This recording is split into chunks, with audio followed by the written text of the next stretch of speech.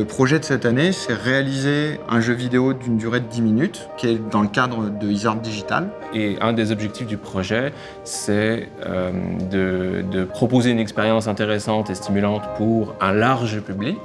On voulait répondre à d'autres conditions, et ces conditions, c'était aussi fournir de l'entertainment pour toutes les couches de la société, et donc aussi les enfants atteints d'autisme, dans ce cas-là. Honnêtement, c'est pas mal. Voilà. Il y avait encore des trucs qui marchaient pas hier soir vers minuit. Du coup, je suis parti sur des recherches sur bédouins. En tout cas, ça a l'air prometteur. Je me demande même si c'est pas limite un peu compliqué. Il y a toujours des craintes par rapport aux deadlines. L'équipe Reflector, on a été parrain sur plusieurs projets de fin d'études, notamment le projet Blossom l'année dernière. Et cette année, on a décidé de pousser le défi un petit peu plus loin en demandant aux élèves de créer un jeu inclusif. Avec les étudiants, ce qu'on a essayé d'identifier, c'est des troubles récurrents chez les joueurs ayant un trouble du spectre de l'autisme. Beaucoup de personnes qui sont autistes ont des challenges et doivent demander de l'aide à des personnes aidantes. On voulait avoir une situation où on les mettait dans une position de puissance. Déjà, normalement, c'est le principe du projet de fin d'études, c'est de nous donner l'occasion de vraiment mettre notre savoir-faire en application dans un contexte qui s'approche le plus possible d'un contexte professionnel. Et c'est censé être notre pièce principale de portfolio en sortant d'ici pour se vendre auprès des entreprises. Donc, le joueur incarne une gardienne, un esprit mythique qui a comme job de faire l'entretien et de le suivi des âmes à l'au-delà. Un jour, la gardienne fait face à un enfant. Donc, l'objectif du joueur est de guider l'enfant. The target audience is essentially teenage children, right? So how do I make the character relatable for teenage children? Well, having a character around the same age is usually a helpful thing. How are you going to help the player know that I have to press pause here, and then when the little kid goes, he has to do this, and so on? Audio cues, because they're going to be super important. They're going to be a huge part of the game since we're not really using language.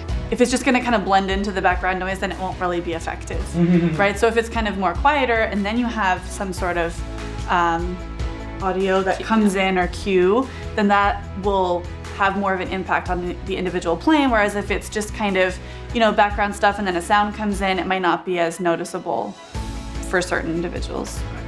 Nous, on est experts en jeux vidéo, on est experts en réalisation de jeux vidéo, mais on n'est pas experts en autisme pantoute. You're gonna come into contact with individuals who are probably far smarter and better functioning than even you are while you're creating this game, so try not to dumb it down and accidentally be condescending.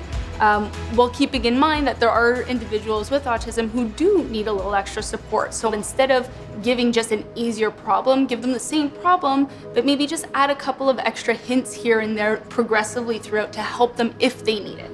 That way you're not being condescending and saying right away, well, here, let me hold your hand, but instead you're saying like, oh, do it by yourself. If you can't, I'm gonna help a little. If you still can't, I'm gonna help a little bit more, so they can still enjoy the game through and through like everyone else. In a way that's respectful to them as an individual.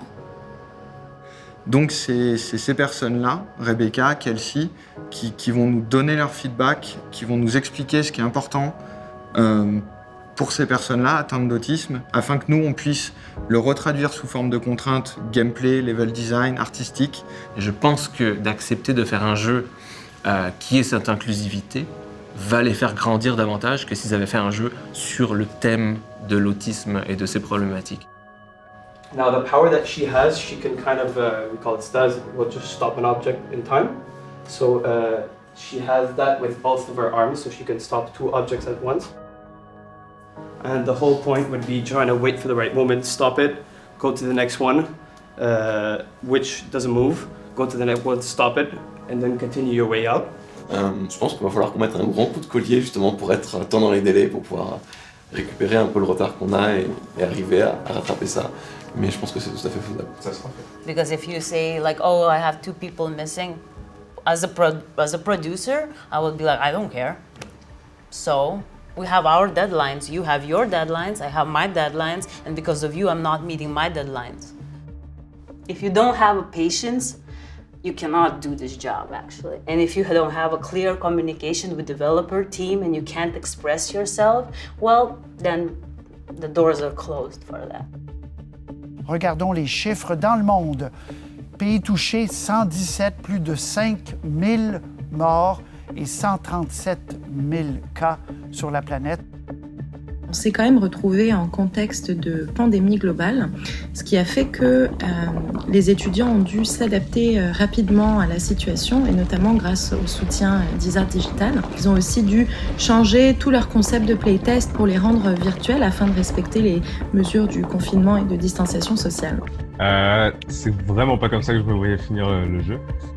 J'ai des soucis que j'essaie de réparer présentement. Je suis un peu coincé dans mon travail sur le projet aujourd'hui, ça tombe mal. Et donc ça a un impact sur l'équipe, donc c'est vraiment très très frustrant de ne pas pouvoir avancer et d'être coincé dans cette situation-là. Avoir le retour des réponses du playtest, ça va vraiment être intéressant pour savoir est-ce qu'il y a quelque chose qui lui a dérangé, est-ce que disons il est mort souvent dans cette zone-là par exemple, il a peut-être mal compris ce puzzle-là. Ça va vraiment être utile d'avoir des feedbacks de ça. So you have direction keys to move around. Why is the sensitivity so high? Oh god. Oh, I just fell through the world. You fell through the world? I felt like falling through the world. Oh wow, okay, hang on. You saw that, right? Yeah, I did. Quand ils ont commencé à faire tester leur jeu et qu'ils ont vu que certaines choses marchaient pas, mais surtout qu'ils ont vu que certaines choses marchaient. The ability to freeze objects is very fun, actually. Yes! Yes! À la base, c'était pour faire vivre des émotions aux joueurs. Puis le meilleur moment pour moi, c'était justement ce moment où ils sont venus me voir en disant mais les gens ils comprennent la relation entre les deux personnages parce que ils focalisaient sur ce qui marchait pas, sur ce qui allait pas. Et c'était une petite victoire. Et en fait, ce que j'ai trouvé cute, c'est qu'ils se rappelaient d'un coup pourquoi ils faisaient ça. Et je pense que ça leur a donné aussi beaucoup d'énergie pour la fin du projet. Les playtests se sont vraiment bien passés, ils ont eu des retours vraiment encourageants. Et en soi, je trouve que par rapport à la situation et au contexte mondial dans lequel ils ont fait leur playtest, c'est assez impressionnant ce qu'ils ont réussi à faire.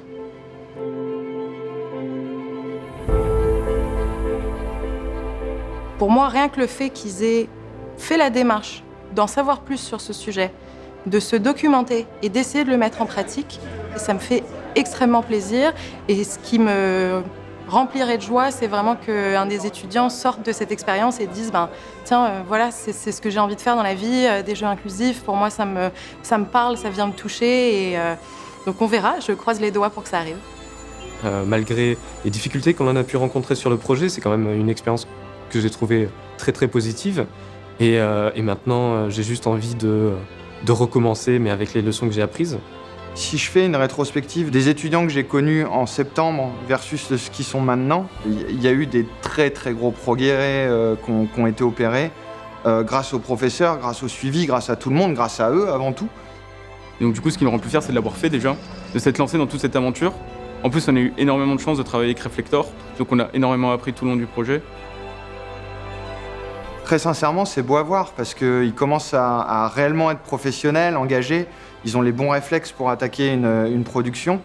Donc à mes yeux, c'est la plus grosse réussite qu'il puisse y avoir. Réussir à fournir un produit fini qui répond à l'univers qui était posé dans une direction artistique et qui est un jeu inclusif, c'est un super défi. C'est vraiment beau.